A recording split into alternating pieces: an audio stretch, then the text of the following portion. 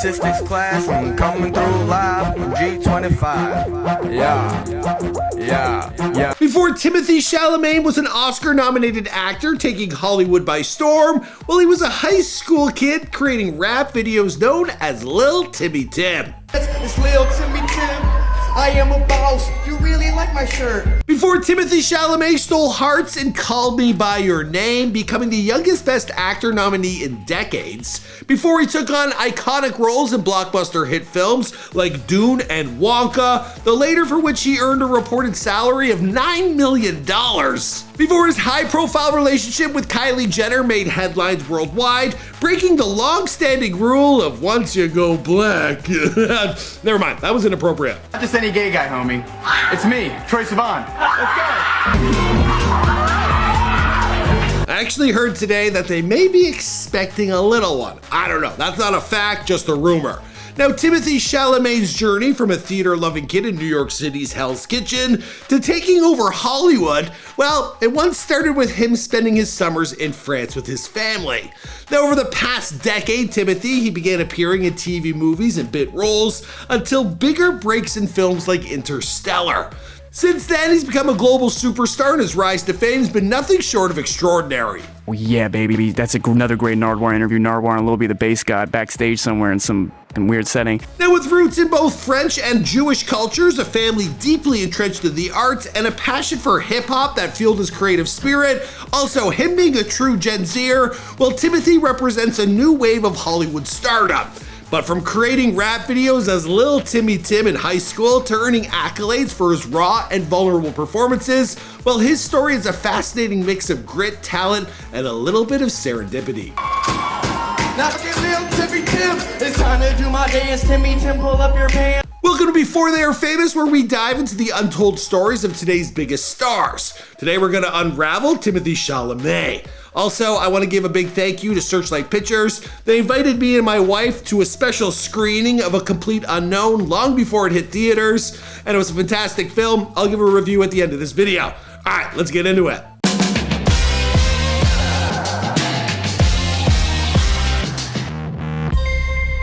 Timothée Chalamet was born on December 27th, 1995 in New York City's Hell's Kitchen. It's a neighborhood. It's right there in the island. I've been there once for Fashion Week. Heck of a town. Now, his father, Mark, he's a UNICEF editor from France, and his mother, Nicole, well, a former Broadway dancer, and she has Russian and Austrian Jewish roots. Now, growing up, well, Timothée, he was immersed in an artistic environment with family's ties to show business. Now, his sister Pauline, she's actually an actress, and his uncle Rodman Flender is a director. Now, there were summers spent in France which exposed him to dual cultures, shaping his global perspective. Off the top of my head, I'm thinking something like Saltburn, but I'm not too sure. That's just what I'm visualizing. Now, as a child, well, Timothée, he balanced his love for Broadway, basketball, and a surprising obsession with hip-hop. A dungeon dragon like a dungeon dragon like a dungeon dragon. Thanks that I did for putting your good design. Yee, skirt, yee, skirt, roll up, yee, drop down. Now, as a proud member of Gen Z, well, Timothée's connection to hip-hop and internet culture, it ran deep. Now, his first album that he ever purchased, it was 50 Cent's Get Rich or Die Trying. And he credits Kid Cudi as one of his greatest inspirations. Now, he even says that Cudi's music, it helped shape him into the artist he is today. And looking over Timothée's IG page, well, he still posts love for Cudi on his B-Day, both back in 2015 and 2018. That's actually strange. A former co-host of this show, Jeremy Hecht, also a big hip-hop head, also born Jewish, he loves Kid Cudi the same. They're probably around the same age. I guess that makes sense. Now, this passion for music is reflected in his off-screen persona and his creative choices, blending his love for acting with a flair for cultural relevance. Now, in a recent Nardwuar interview, well, Timothée, he shouted out underground rapper Lil B as being the blessing that began to change his life. Lil B is like a hugely formative artist in my life and career. He dropped an album called I'm Gay. Now, I was surprised to find out that Timothée, he also had a YouTube channel back in the day with around 16,000 subscribers. I'll let him explain the story. I had a YouTube channel people found. It's youtube.com/moddedcontroller360. What's good, YouTube? Now, Timothée attended Fiorello H. LaGuardia High School of Music and Art and Performing Arts. and here he was classmates with actor Ansel Elgort. Now, though initially overlooked for roles in school plays, well, he found creative outlets in talent shows, even making a viral rap video about his statistics as Lil Timmy Tim. Now, inspired by Heath Ledger's performance in The Dark Knight, well, Timothée knew that acting was his calling. Timothy's first step into acting included appearances in TV shows like Law & Order and Royal Pains. However, his big break came with a recurring role in Homeland as Finn Walden. Now, that's the vice president's reckless son. It got a lot of attention. A lot of people were like, yo, this kid can act. And you know acting, right? Acting is reacting. Anyway, in 2014, he got his biggest break to date, landing a small but impactful role in Christopher Nolan's sci-fi epic Interstellar. And there, well, he played Matthew McConaughey's son. All right. Why'd he come down so low? I don't know. Hey, the sun cooked its breakfast. Now, there were some other big breaks Timothée auditioned for, including Manchester by the Sea, which went to Lucas Hedges, and then Spider-Man Homecoming, which went to Tom Holland. Now, Timothée, he continued to press forward, and his breakout moment arrived with the 2017 indie drama Call Me By Your Name, where he portrayed Elio Perlman, a precarious teen navigating his first love with Armie Hammer. Yeah. You know, he'll take a bite out of you. That was a risky move, both creatively and realistically. Let's move on. I'm joking, kinda. Now, the role, it earned Timothée the youngest Best Actor nominee, and that hasn't happened since Mickey Rooney in 1939. Now, he also gained critical acclaim for a supporting role in Lady Bird, solidifying his reputation as a versatile talent. Now, Timothée followed these up with more success in standout roles, including Beautiful Boy opposite Steve Carell, where he dealt with teenage addiction, and then Little Women, which was based in 19th century Massachusetts. Now, he transformed himself into a historical portrayal of Henry V for The King, and he delved into sci-fi genre of Dune and its sequel, which were blockbuster hits. Overall, Timothée, well, he's earned praise for his ability to balance blockbuster appeal with artistic depth. I've seen Beautiful Boy and The King, both of which, I'd say remarkable. In 2023, he took on the whimsical role of Willy Wonka in the prequel Wonka, where he showcased his vocal talents and his dance skills. Now, this film, it was a global hit, grossing over $600 million and earning Timothée his third Golden Globe nomination. Now, he also put some money in the bank with his reported take-home of $9 million, allowing him to start rubbing shoulders with the likes of Kylie Jenner. And I'm sure he could have done that anyways, but it's nice when you got a few bucks in the bank. Anyway, now a solidified A-lister, well, Timothée began making more headlines when he officially started dating Kylie Jenner. Now, the couple's public appearances from Beyonce concerts to SNL after parties, well, it sent the internet into a frenzy. And then I guess when that happens, you become a power couple. They're everywhere, doing great. I'd say that has something to do with his hip hop influence as well. I mean, she's hanging out with who?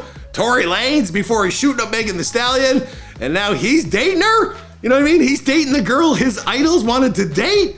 It makes sense to me. Also, babe, right? I'm way older than these kids, but yeah, I'm sure I'd want to date her as well. And she wants to date him, and they're a cute couple. Now, fans, they also often point to his self-deprecating humor, which is seen in interviews, where he jokes about people finally learning to spell his name correctly. That Exante Goo throws everyone off. Now, Timothée, he appears to be letting his guard down on his recent press tour for his latest film, A Complete Unknown.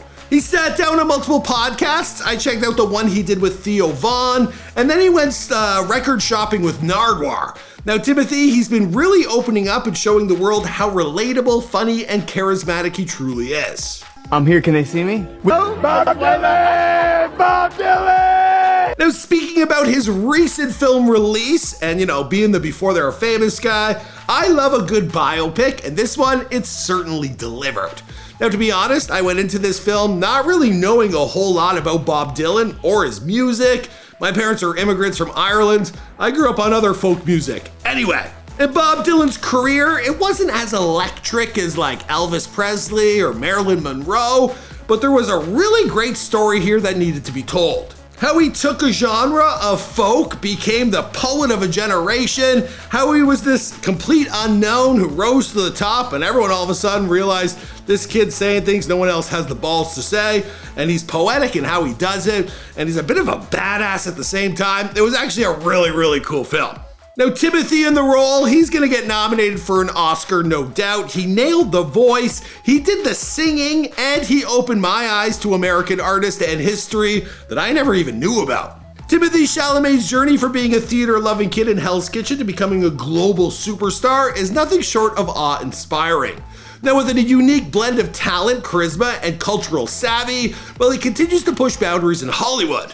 Now, whether it's earning Oscar nods for his emotionally charged performances, headlining blockbuster franchises like Dune, or showcasing his playful side in Wonka or letting loose on a podcast, well, Timothée's career is a testament to the power of persistence and passion.